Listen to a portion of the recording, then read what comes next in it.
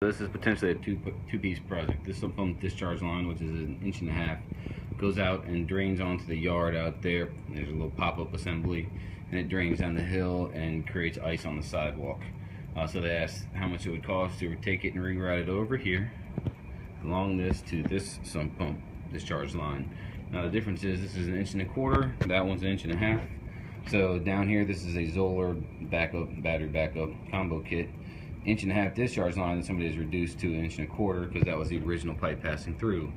And so we need to increase it to 1.5 inches while we're outside digging for the sewer, because the sewer's clay, it's broken. I can't get past 56 feet, which is right at the retaining wall, which we will see.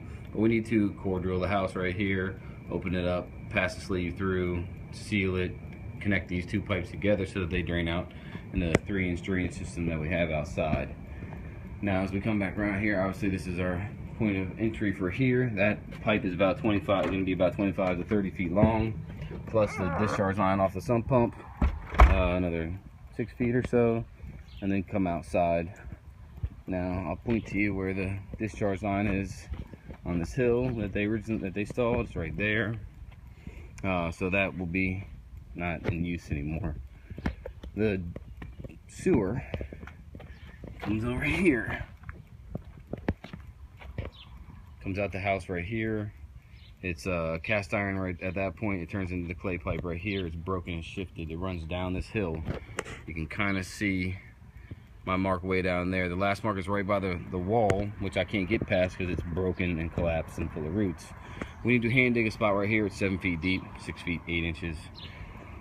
Pull all the dirt to the side and get ready to expose the sewer. Now that discharge line for the sump pump is right here. We will have to bring it and find that 3-inch pipe as it runs out here, which I can find with my camera once we have it exposed, and tied into that is going to run down the hill. Now we're going to do a pipe burst, so I need a hole here and I need a hole at the end. Hole at the end is all the way down here. Now we're going to start in the concrete, and the reason for that is I don't want to dig over the wall except for with a shovel to pass this line through, and I'll explain that to you in a second. The sewer runs right there. Where's my hand? I can't see anything.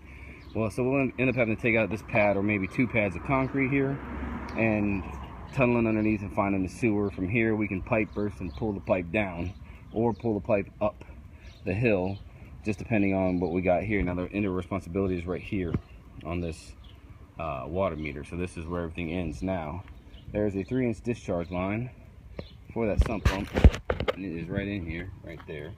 And we want to take that and drop it down below the wall. While we have this concrete out, we want to tunnel it this way and tie it into the curb and let it discharge into the curb out into the street, so it can stop flooding the sidewalk and stop freezing it.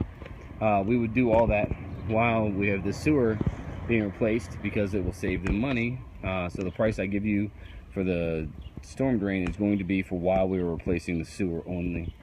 And so that's what we've got. You can see this hill